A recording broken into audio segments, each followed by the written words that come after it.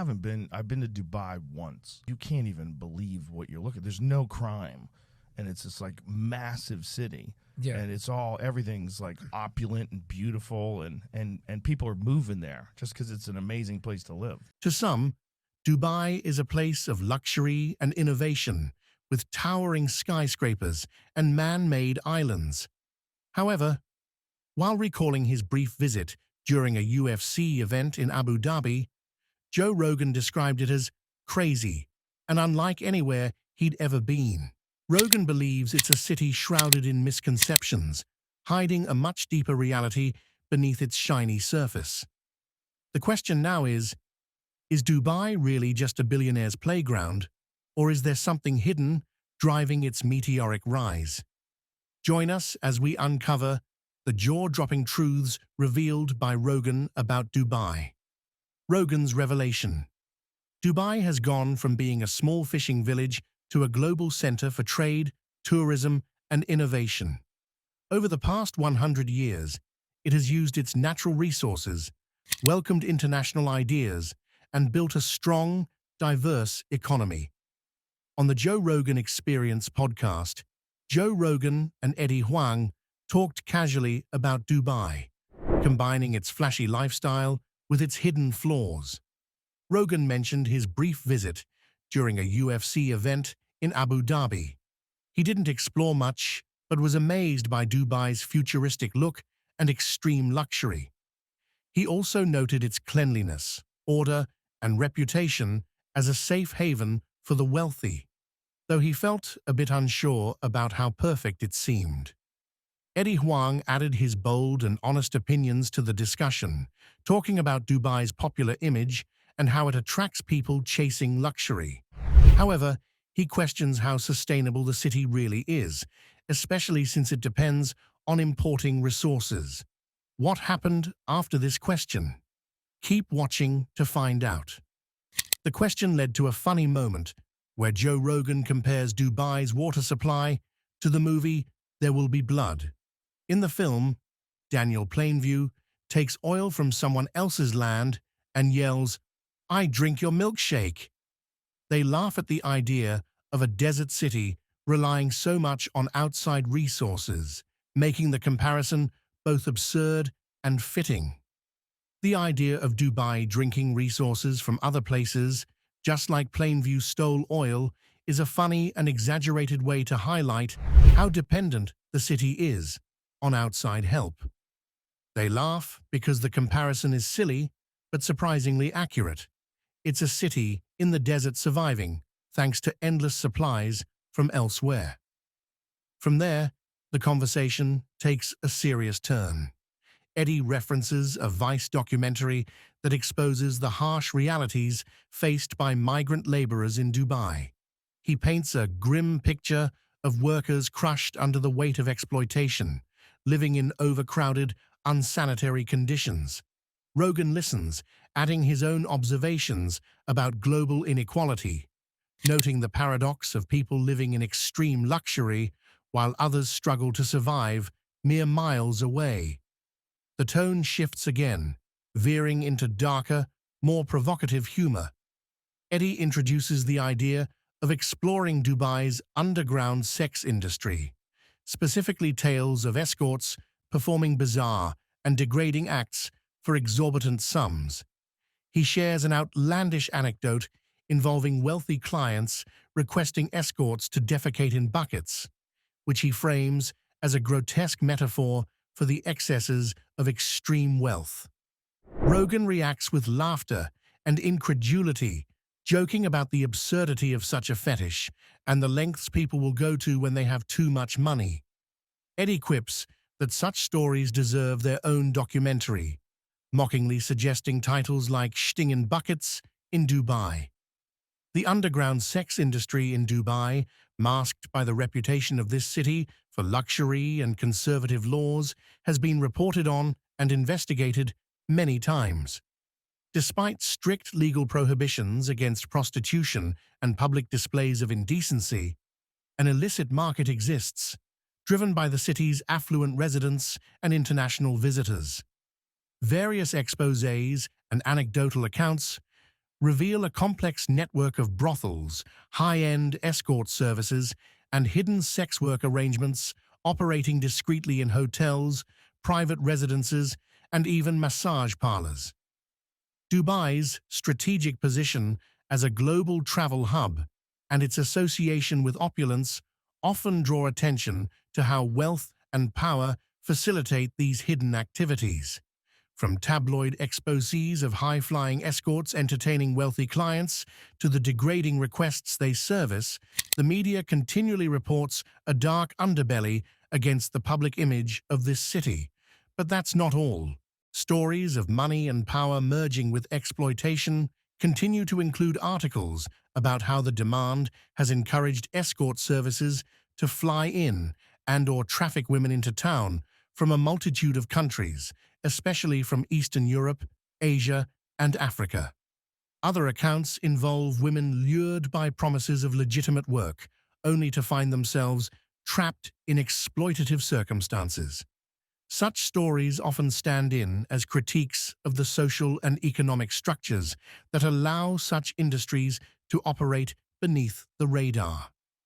The industry also embodies the paradoxes of Dubai's rapid modernization.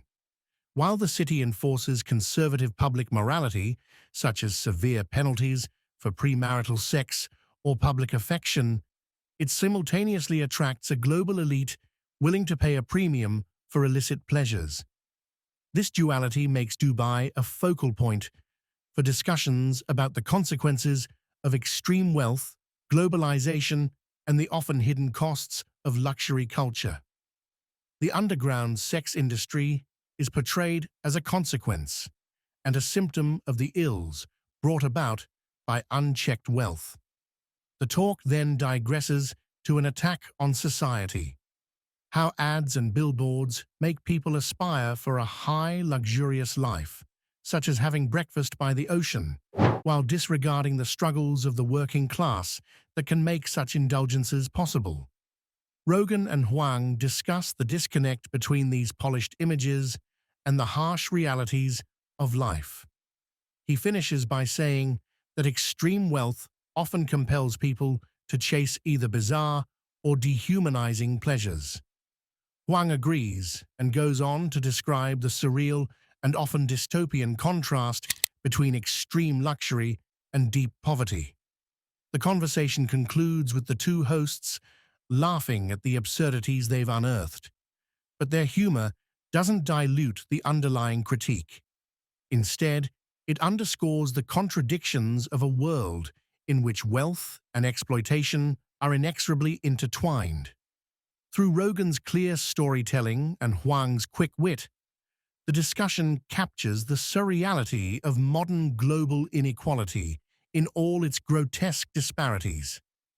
In another episode, Joe Rogan and Greg Fitzsimmons looked into the intriguing practice of cloud seeding, a technique used to induce rainfall, and its controversial application in the United Arab Emirates. Central to their conversation is the connection between recent catastrophic flooding in Dubai and the ambitious use of cloud seeding technology. This raises larger questions about the science, ethics, and unintended consequences of weather modification. Cloud seeding, as Rogan explains, involves dispersing chemicals like silver iodide or dry ice into existing clouds to stimulate rainfall. This method has become a regular practice in Abu Dhabi, where authorities reportedly induce rain weekly to address the region's arid climate. However, its limitations and risks became glaringly evident when Dubai experienced unprecedented flooding, which some linked to overzealous cloud seeding efforts. While the UAE's wealth has enabled such advanced weather modification, Rogan points out that its infrastructure is poorly equipped for heavy rainfall, with streets flooded and buildings leaking. The severity of the event exposed vulnerabilities in a city designed for arid conditions, not prolonged downpours. Greg Fitzsimmons takes the conversation further by raising critical ethical and geopolitical questions. If one region's cloud seeding efforts divert moisture from neighboring areas, could it lead to disputes over atmospheric resources? This touches on the global ramifications of localized weather modification, which could disrupt natural precipitation patterns, impacting agriculture and ecosystems elsewhere. Such interventions also prompt concern about their unintended consequences, from urban flooding to broader climatic shifts that remain poorly understood. Beyond cloud seeding, the podcast speculates on the feasibility of manipulating larger weather systems, such as hurricanes or ocean temperatures. Rogan talks about the monumental challenges of influencing such vast systems, citing the immense energy and precision required. While large-scale weather manipulation remains theoretical, advancements in technology and climate modeling could make such interventions a reality in the future. This possibility raises profound ethical questions about who wields the power to alter the planet's weather and for what purpose. The UAE's investment in cloud seeding since the 1990s shows its commitment to addressing water scarcity, a pressing issue in the desert. Recently, the country even experimented with drones to electrify clouds and induce rainfall without relying on chemicals. However, as the Dubai flooding incident illustrates, even advanced technology can produce unintended outcomes.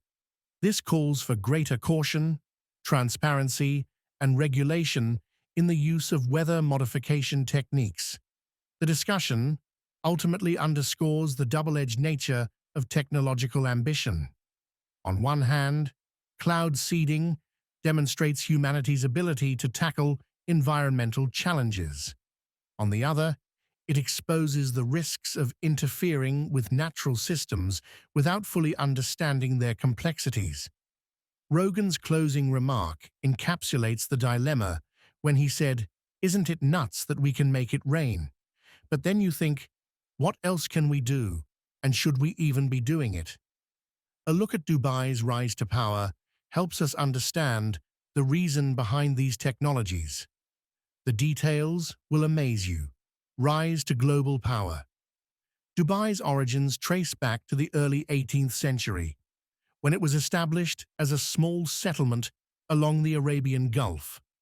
Known for fishing, pearl diving, and trade, its strategic location on key trade routes between Europe, Asia, and Africa positioned it as a vital hub for commerce. In 1833, the Al Maktoum family assumed control, laying the foundation for a dynasty that continued to govern the emirate.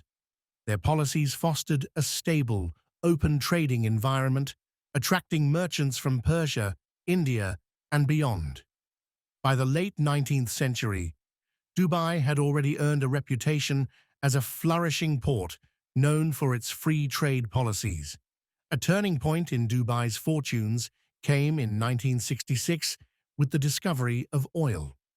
Unlike its neighbors, Dubai had modest oil reserves, prompting Sheikh Rashid bin Saeed Al Maktoum to emphasize economic diversification. Oil revenues were strategically channeled into infrastructure, including roads, bridges, and ports, laying the groundwork for Dubai's future growth. In 1971, Dubai joined the UAE, and in 1979, the creation of Jebel Ali Port, then the world's largest man-made harbor, further solidified its status as a trade hub. These developments were instrumental in shaping Dubai's identity as a global gateway. By the 1980s, Dubai had started reducing its reliance on oil, setting its sights on becoming a global city.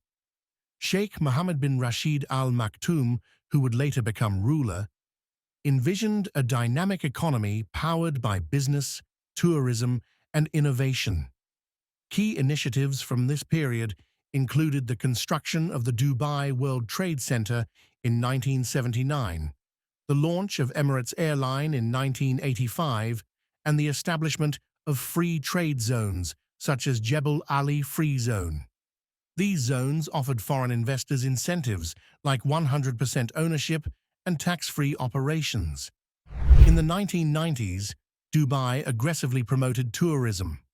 Projects like the Burj Al Arab, a seven-star hotel, and events such as the Dubai Shopping Festival drew global attention. The emirate also built massive malls like Deira City Centre, solidifying its reputation as a retail haven. The early 2000s saw Dubai embarking on ambitious projects that captured international headlines. Palm Jumeirah, the world's largest man-made island, offers luxury living and leisure facilities. The Burj Khalifa, completed in 2010, became the tallest building in the world and a global symbol of Dubai's ambition. Simultaneously, developments like Dubai Marina and downtown Dubai transformed the city into a magnet for expatriates, offering upscale residential and entertainment options. Dubai also emerged as a financial hub with the establishment of the Dubai International Financial Center, attracting global investors. The 2008 global financial crisis temporarily slowed Dubai's meteoric rise.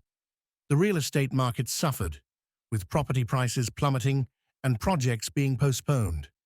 However, Dubai demonstrated remarkable resilience. Financial support from Abu Dhabi and a focus on core sectors like tourism, trade, and finance enabled the emirate to recover swiftly and re-establish momentum. Emerging stronger from the financial crisis, Dubai turned its attention to innovation and sustainability. The emirate hosted Expo 2020, postponed to 2021 due to COVID-19, showcasing itself as a hub for global innovation. Smart city initiatives introduced digitized services, AI integration, and blockchain technology. Dubai also launched renewable energy projects, including the Mohammed bin Rashid Al Maktoum Solar Park, as part of its Clean Energy Strategy 2050. Furthermore, it positioned itself as a global hub for fintech and cryptocurrency, attracting entrepreneurs and startups.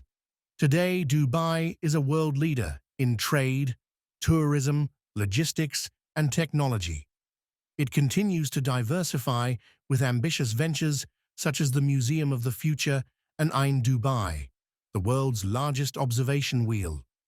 Sustainability remains a priority, with initiatives in vertical farming and green building standards. Additionally, Dubai has entered the space race. The UAE Space Agency, headquartered in Dubai, is actively pursuing Mars exploration projects and fostering a burgeoning space economy.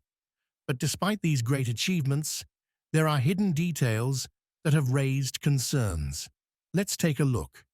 Hidden details. It is commonly said that all that glitters is not gold, and many believe this is true for Dubai. Dubai, a hub of commerce and tourism, has long relied on migrant workers to fuel its rapid development. Behind the city's dazzling skyline, however, lies a darker reality of labor trafficking and exploitation that impacts countless workers who come seeking better opportunities.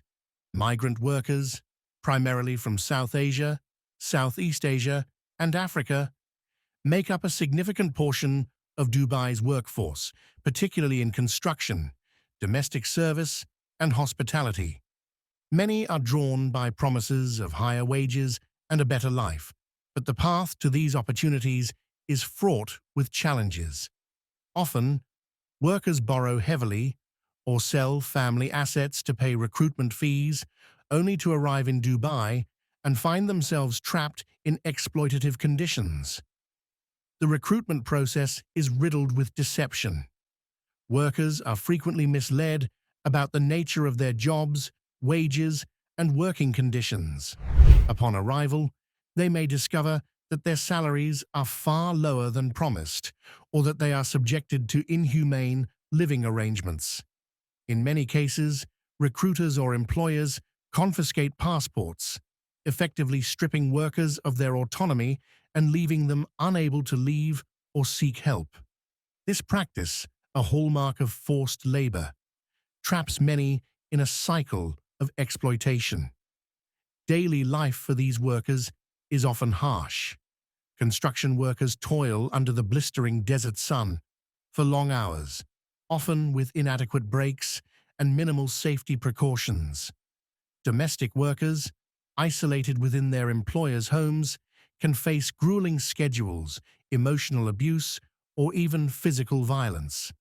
These exploitative conditions are exacerbated by the kafala system, which ties a worker's legal status to their employer. This system creates a severe imbalance of power, making it difficult for workers to report mistreatment or change jobs without risking deportation. While the UAE has taken steps to address these issues, including laws regulating working hours, mandating minimum wages, and combating trafficking, enforcement remains inconsistent. Many workers are unaware of their rights or fear retaliation if they speak out. Language barriers, limited access to legal aid, and a dependence on employers further isolate them from avenues of justice. Efforts to combat trafficking and improve conditions have been initiated. The UAE has ratified international agreements like the United Nations Palermo Protocol and launched programs aimed at enhancing worker protection. However, systemic issues, such as the persistence of the kafala system and weak enforcement of labor laws, undermine these efforts. Critics argue that without substantial reforms, the exploitation will continue.